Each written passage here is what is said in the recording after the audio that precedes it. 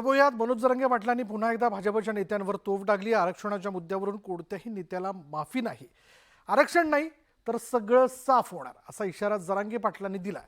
विरोधकांनी त्यांची भूमिका स्पष्ट केली पाहिजे, नाहीतर विरोधकांना बाजूला करा आणि निर्णय घ्या असं आवाहन जरांगे पाटलांनी केलंय. एकाच वेळी सत्ताधारी आणि विरोधकांना जरांगे पाटलांनी लक्ष्य केलं आणि त्यामुळे पुन्हा एकदा राजकारण चांगलंच पेटलंय.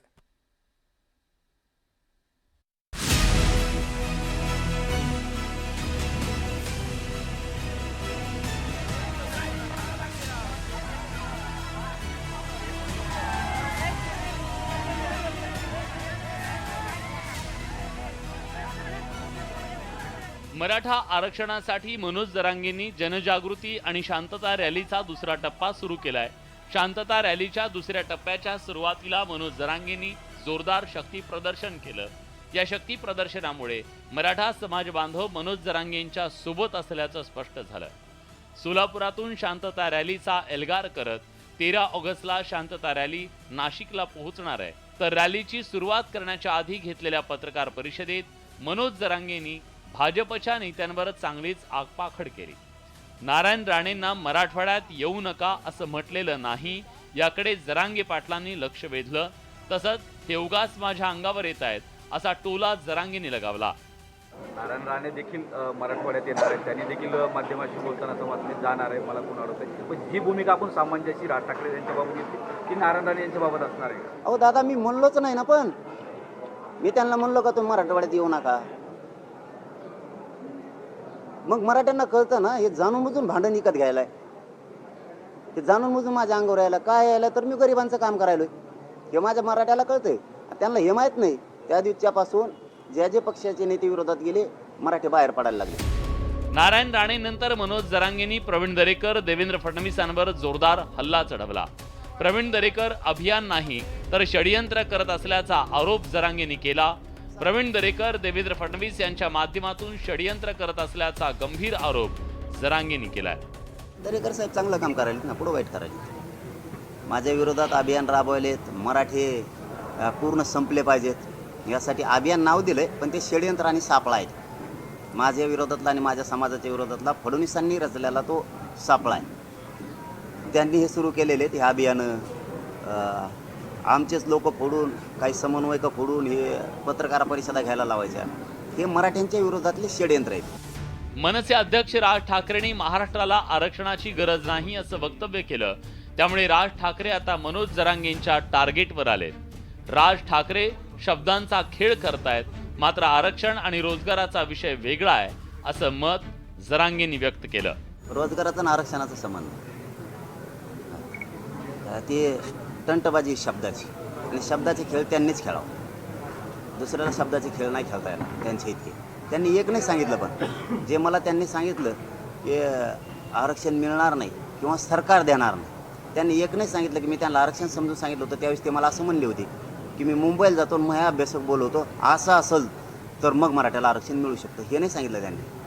पण आता काय असतं, शेवटी माणूस वर्षाहून जर खाली आला तर प्रत्येकाचं ते होतं. लपवाछपी करतायत शब्द जे आपल्याशी संवाद झाला ती लपवाछपीला आणखीन एक दुसरा शब्द असला तर मी सापडीन सोलापूरपर्यंत जाऊ, तर त्याच्या पुढचे आहेत. राज ठाकरे तुमची भेट घेणार आहेत असं म्हणतायत. नाही नाही, ती भेट देणार का? पळवाट ही. त्यांचा काही फोन झाला का काल परवा? नाही नाही, होणार बी नाही. ते बोलले होते तुम्हाला फोन करून. फोन करणार बी नाही, तर होणार बी नाही, तर ते येणार बी नाही. मनोज जरांगे पाटलांनी विरोधी पक्षावर जोरदार घणाघात केला. आरक्षणाच्या विषयावर विरोधकांनी त्यांची भूमिका बोलायला हवी असं जरांगे म्हणाले.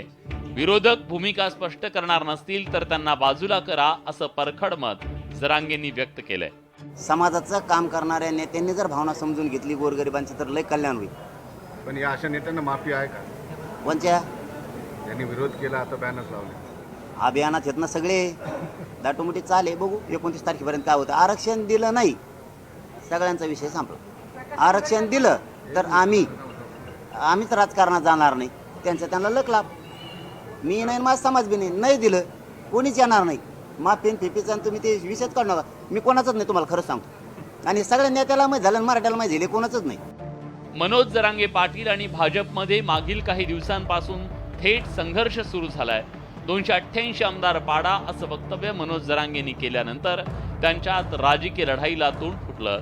शांतता रॅलीच्या दुसऱ्या टप्प्यात जरांगेंनी भाजपच्या नेत्यांवर घणाघाती टीका केली. त्यामुळे भाजपकडून सुद्धा मनोज जरांगेंना जशास तसं उत्तर देण्यात आलं.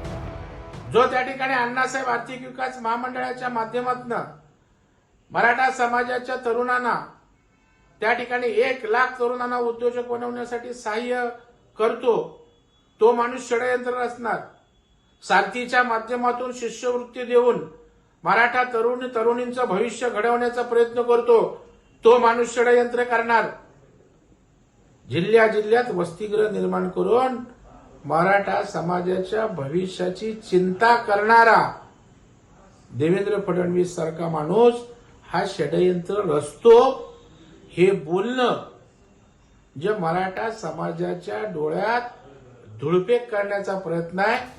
विधानसभा निवडणूक तोंडावर आलेली असताना मनोज जरांगेंनी जनजागृती आणि शांतता रॅलीचा दुसरा टप्पा सुरू केला. रॅलीच्या सुरुवातीला जरांगेंनी सत्ताधारी विरोधकांवर घणाघात केला. आरक्षणाच्या मुद्द्यावरून जरांगेंनी चांगलीच कोंडी केली आहे. लोकसभा निवडणुकीत जरांगे फॅक्टर सत्ताधाऱ्यांना महागात पडला. आता जरांगे 288 उमेदवार पाडणार की 288 उमेदवार उभे करणार यावर सत्तेचं सगळं समीकरण अवलंबून असणार आहे. त्यातच मराठवाड्यानंतर जरांगेंनी आता पश्चिम महाराष्ट्रावर लक्ष केंद्रित केल्यानं विरोधकांनाही धडकी भरली आहे. Bureau report, news 18 Lokmat.